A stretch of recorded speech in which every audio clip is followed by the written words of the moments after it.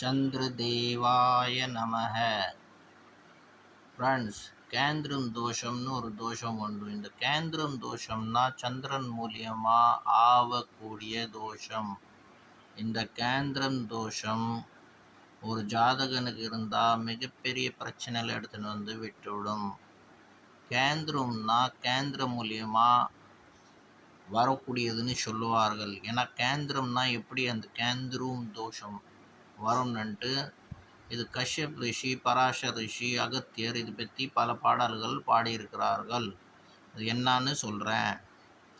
கேந்திர தோஷம்னா சந்திரனுக்கு ஒரு சந்திரன் இப்போ எக்ஸாம்பிளுக்கு கடகராசியில் இருக்காருன்னா சந்திரனுக்கு சிம்ம ராசிக்கும் மிதுன ராசியில் எந்த கிரகமும் இருக்கக்கூடாது, 2 சைடும் காலியாக இருக்கணும். அப்படி காலியாக இருந்ததுன்னா அது கேந்திரம் தோஷம். சப்போஸ் லக்னத்துலேருந்து சந்திரன் கேந்திரத்தில் ஏறி அப்போ அந்த 2 சைடும் மின்னியம் பின்னியம் கிரகங்கள் இல்லைன்னா அது கேந்திர தோஷத்தில் சேராது. என்ன காரணம்னா கேந்திரத்துக்கு அதிபதி கேந்திரத்திலே வந்துட்டார்.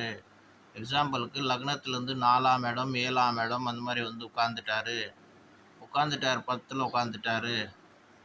அப்படி வந்துட்டாருன்னா அது கேந்திரம் தோஷத்தில் வராது.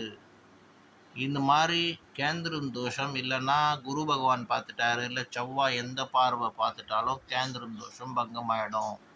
இந்த கேந்திரம் தோஷம் உள்ள ஆளுகள் எப்பவுமே தனியாக இருப்பாங்க, விருத்தியாக இருப்பார்கள். எந்த காரியமும் அவங்களுக்கு சீக்கிரம் சித்தியாகாது, பிரச்சனையோடு இருப்பார்கள். கூட இருக்கிறவங்களும் துரோகம் பண்ணுவார்கள். இவங்களுக்கு கப்பட்டு புத்தி உள்ளவர்களாக இருப்பார்கள், ஏமாற்றுவார்கள் மற்றவர்களை. நல்லா ஒரு ஆன்மீக சிந்தனை இருக்காது, உண்மையை பேச மாட்டார்கள், நிமிஷத்துக்கு போய் பேசுவாங்க. இவங்கக்கிட்ட நல்ல ஒரு குவாலிட்டி இருக்காதுன்னுட்டு சொல்லப்பட்டிருக்கு சாஸ்திரத்தில். பட் அதே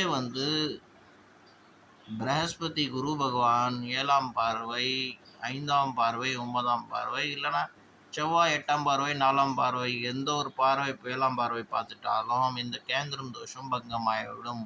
அப்போ இந்த மாதிரி பிரச்சனையிலேருந்துலாம் அவங்க விடுபடுவாங்க. இல்லை சந்திரன் கேந்திரத்தில் ஏறிட்டார் லக்னத்துக்குன்னா கேந்திரம் தோஷம் சேராது. இது ஒரு அமைப்பு. இந்த அமைப்பை வச்சு நீங்கள் கண்டுபிடிக்கலாம் கேந்திரம் தோஷம் இருக்கா இல்லையான்ட்டு. சந்திரதேவாய நமஹ.